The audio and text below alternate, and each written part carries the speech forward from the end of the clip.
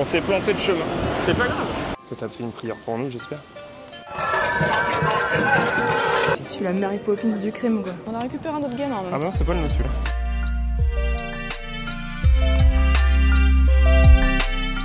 Bonjour à tous et bienvenue dans cette nouvelle vidéo. Aujourd'hui, vidéo un petit peu spéciale puisqu'on s'est lancé le défi de visiter 5 endroits incontournables en une après-midi. Et pour bien commencer cette journée, à cause du décalage horaire, on va aller manger un petit tonkatsu.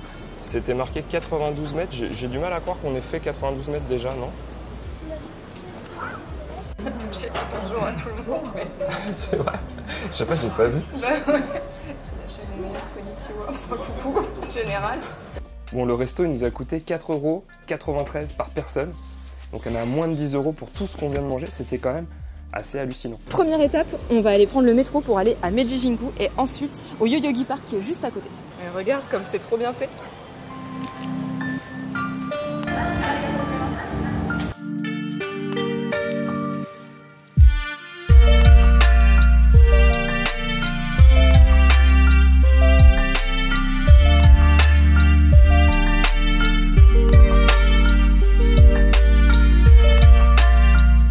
J'ai pris ma première photo. Tu tournes et à chaque fois que tu as fini de tourner, que ça bloque, tu peux prendre une photo. Donc comme ça, tu as acheté un appareil photo jetable. Exactement. À l'ancienne. Tu vois, c'était le truc. Tes parents, ils t'en mettaient quand tu partais en colonie de vacances et tu t'en servais à tout va. Et après, c'était l'impression. Et l'impression, c'était un peu la surprise. Tu vois, c'était toute floue, il y avait un gros doigt devant. On s'est planté de chemin. C'est pas grave. Bon, on arrive enfin au sanctuaire Meiji-Jingu. C'est l'un des sanctuaires shinto les plus connus de Tokyo. Dès l'entrée, on passe sous un immense torii en bois de cèdre. Il marque l'entrée dans l'enceinte sacrée. Le site est entouré d'une forêt de plus de 100 000 arbres plantés à partir de 1920 grâce à des dons venus de tout le Japon. Le sanctuaire a été construit pour honorer l'empereur Meiji et l'impératrice Shoken qui ont joué un rôle clé dans la modernisation du Japon à la fin du 19e siècle. Ce n'est pas leur tombe, mais un lieu de culte shinto pour leur rendre hommage. On marche environ 10 à 15 minutes depuis l'entrée jusqu'au sanctuaire principal. Le chemin est large, ombragé et très calme malgré la proximité avec les quartiers animés. En chemin, on peut voir les célèbres tonneaux de saké offerts par des brasseries japonaises ainsi que des tonneaux de vin français en hommage à l'ouverture du Japon vers l'Occident pendant l'ère Meiji. À l'approche du sanctuaire, on passe par un espace pour la purification. On se rince les mains et la bouche à l'aide d'une louche en bois comme le veut la tradition shinto. Le bâtiment principal est entièrement construit en bois. Il a été détruit pendant la Seconde Guerre mondiale et reconstruit à l'identique en 1958. À l'intérieur de la grande cour, on peut observer les visiteurs écrire des ema, ces petites plaques en bois sur lesquelles on inscrit des vœux, ou acheter des omamori, des porte-bonheur. C'est aussi un lieu très prisé pour les mariages traditionnels shinto. Le sanctuaire accueille aussi de nombreux événements pendant l'année, notamment le Nouvel An où des millions de personnes viennent faire leur première prière de l'année. Donc là, il faut aller à la petite boutique du sanctuaire. Tu récupères plusieurs choses, donc soit des amulettes, soit des petites tablettes de prière, ça s'appelle un ema. Tu écris dessus et ensuite tu l'accroches avec les autres. Je vais acheter un petit ema pour mettre une petite prière pour nos amis qui viennent juste d'avoir des jumeaux. On en trouve dans tous les temples et sanctuaires. Oh, tu l'accroches. Première mission accomplie, j'ai déposé, enfin du moins la petite a déposé la prière faite pour les copains. En tout cas, j'espère que ça vous fera plaisir, on vous fait des bisous. Toi, t'as fait une prière pour nous, j'espère.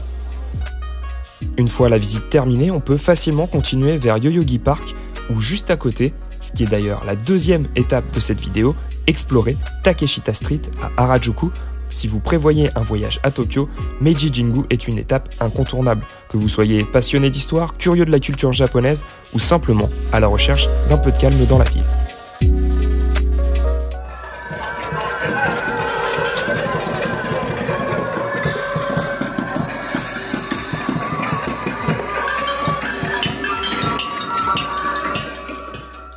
On vient tout juste d'arriver à la gare de Harajuku et comme souvent le week-end, il y a un petit concert de rue juste à côté.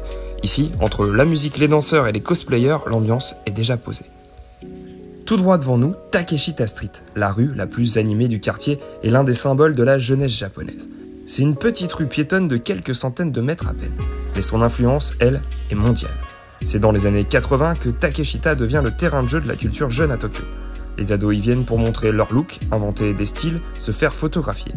Et c'est ici que naissent les mouvements Harajuku, les looks kawaii, les lolita gothiques et bien d'autres tendances qui ont marqué la mode alternative japonaise.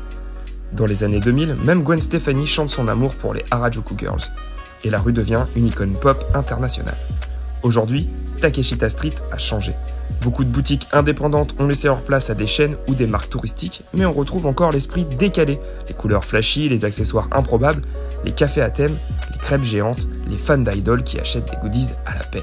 Et toi, tu l'avais à quoi ta crêpe? Moi je pense que je vais la prendre, j'en sais rien en fait. Il y a pas mal de choix. Hein.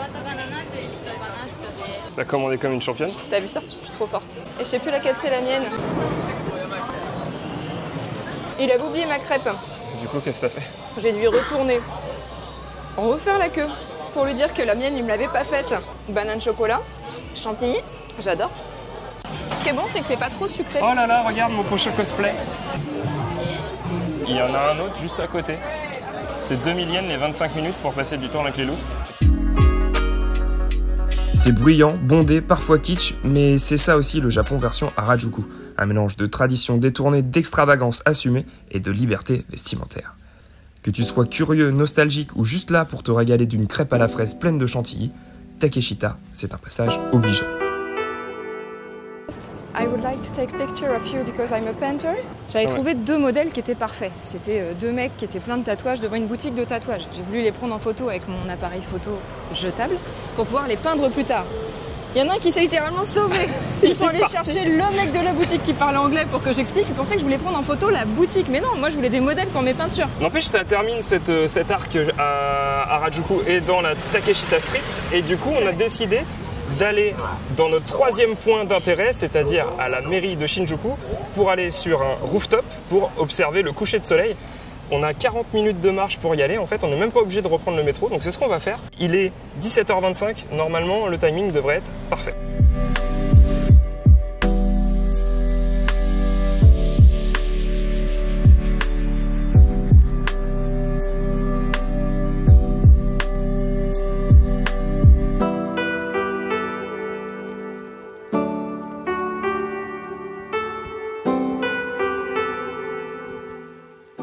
Finalement, on a mis moins de temps que prévu. Je sais pas combien de temps on a mis 30 minutes au lieu de 40. En fait, c'est pas très loin. On a marché 2,5 km entre Harajuku et Shinjuku. Et les immeubles sont absolument immenses ici. C'est un truc de dingue. Maintenant, il faut qu'on trouve l'entrée de l'observatoire. Donc apparemment, sur les panneaux, il est marqué qu'il fallait rentrer dans un truc et après descendre au... Attends, je suis presque sûre de l'avoir vu décrit. Je suis la Mary Poppins du crime, quoi. Il n'y a pas que mes poubelles. Bon, on a réussi à trouver l'ascenseur.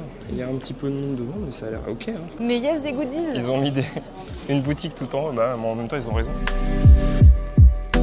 On vient d'arriver à la mairie de Shinjuku. Mais attention, ici, on ne parle pas d'un petit bâtiment administratif, c'est un véritable gratte-ciel de 243 mètres de haut conçu par l'architecte Tadao Ando. Deux tours jumelles qui dominent tout l'ouest de Tokyo. L'entrée est totalement gratuite et l'ascenseur nous emmène en moins d'une minute au 45e étage, à l'observatoire. Et là, la vue est incroyable. D'un côté, on distingue clairement Shinjuku et ses buildings, de l'autre, les montagnes au loin et parfois même le mont Fuji comme nous ce soir. C'est un des meilleurs plans gratuits de Tokyo, il y a un peu de file d'attente, c'est calme, climatisé et on peut vraiment prendre le temps d'observer la ville sous tous ses angles. Il y a aussi une petite boutique de souvenirs, des brochures touristiques et parfois des expos temporaires. C'est vraiment un bon spot pour terminer une journée et admirer le coucher de soleil. Ça me fait un peu comme ça. Ah oui? Ça te fait quoi? Comme l'avion un peu. Oh. Il n'y a pas tant de monde que ça. Non. Ça va, c'est cool. Hein. Franchement, c'était vraiment hyper stylé. On redescend et on vous dit où on va pour notre prochaine destination.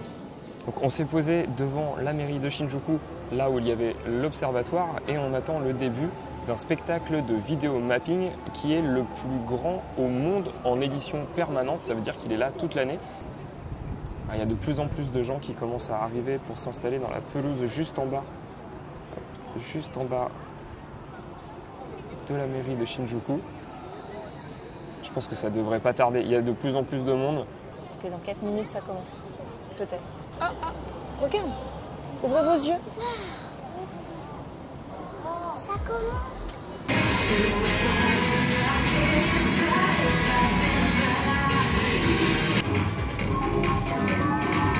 Wow.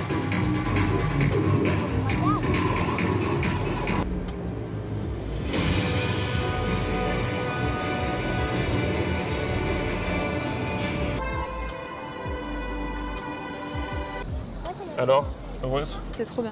Franchement, c'était vraiment cool. Incroyable. On a récupéré un autre gamin en même temps. Ah non, c'est pas le nôtre celui-là.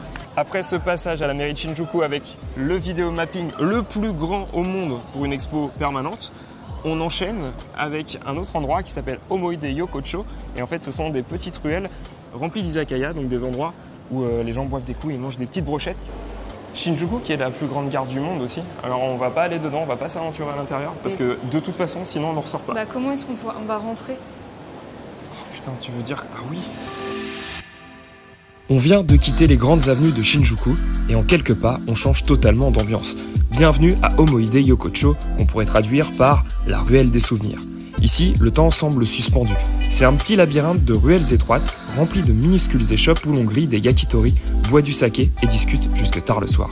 L'endroit est chargé d'histoire. Après la guerre, c'était un quartier de bar improvisé, un lieu populaire, voire un peu louche à l'époque. Aujourd'hui, Omoide Yokocho est devenu une icône.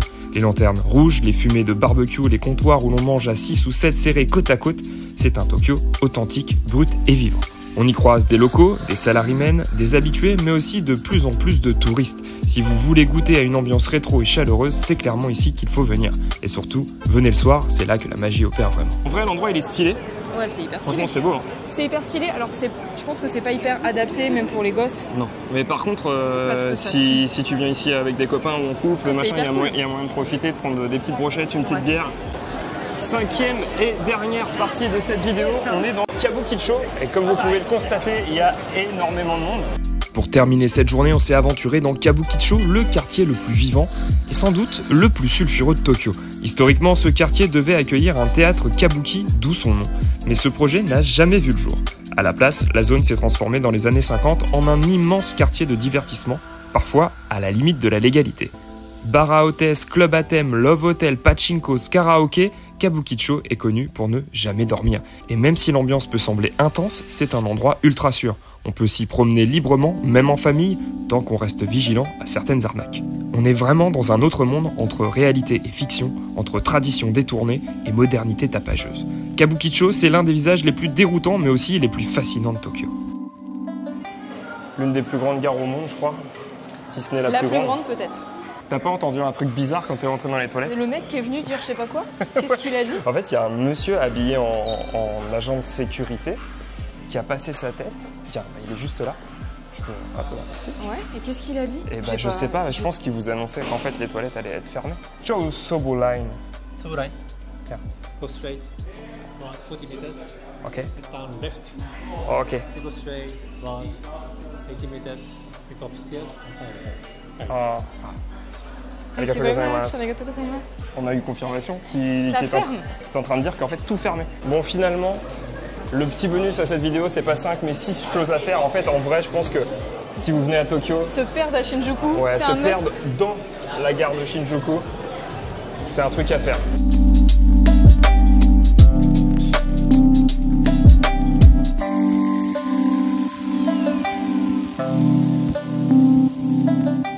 C'est ici que se termine cette vidéo. Nous sommes de retour à Asakusa-bashi, notre quartier où on loge à Tokyo.